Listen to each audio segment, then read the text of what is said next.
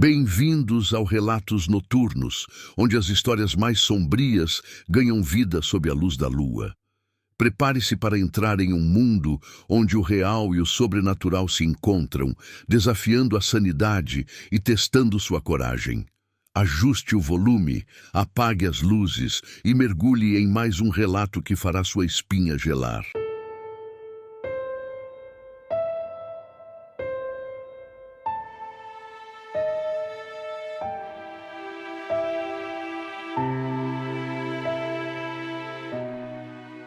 Lucas era um professor de música apaixonado por instrumentos antigos. Em uma visita a um antiquário no Centro Histórico de Salvador, ele se deparou com algo que fez seu coração acelerar. Um violino de madeira escura, com entalhes intricados que pareciam contar uma história perdida. O dono do estabelecimento, um homem idoso de olhos inquietos, relutou antes de vendê-lo. Tem certeza de que quer levá-lo? Dizem que esse violino carrega uma maldição, murmurou, sem disfarçar o medo em sua voz. Lucas sorriu, achando que aquilo não passava de uma história para atrair curiosos. Ele pagou pela peça e levou o violino para casa, entusiasmado com a ideia de tocar um instrumento tão raro.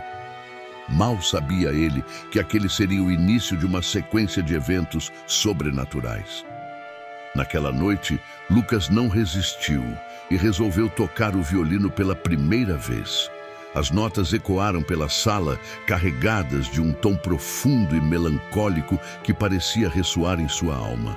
Conforme a música fluía, um frio gélido invadiu o ambiente e ele teve a impressão de ouvir sussurros que acompanhavam a melodia.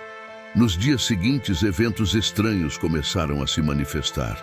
Portas batiam sozinhas, sombras fugazes se moviam pelos corredores e um cheiro persistente de incenso queimado pairava no ar. Lucas, que antes via aquilo como coincidências curiosas, começou a se preocupar. O violino parecia ter despertado algo que ele não conseguia explicar.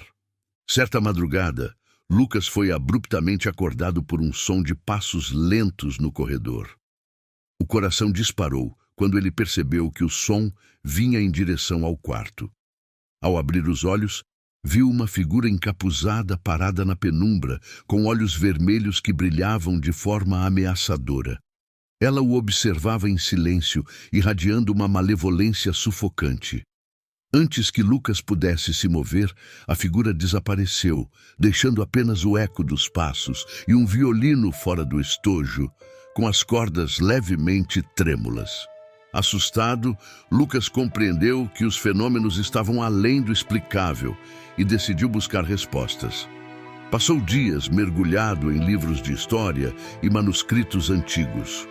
Procurou especialistas em instrumentos e estudou documentos esquecidos em bibliotecas.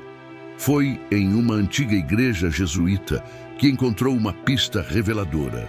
Um pergaminho em latim descrevendo a história de Padre Esteban, um missionário do Brasil colônia. O padre era famoso por suas expedições às aldeias indígenas e por usar seu violino em cerimônias religiosas. Em uma dessas missões, ele desrespeitou as terras sagradas de uma tribo indígena, provocando a ira dos anciãos.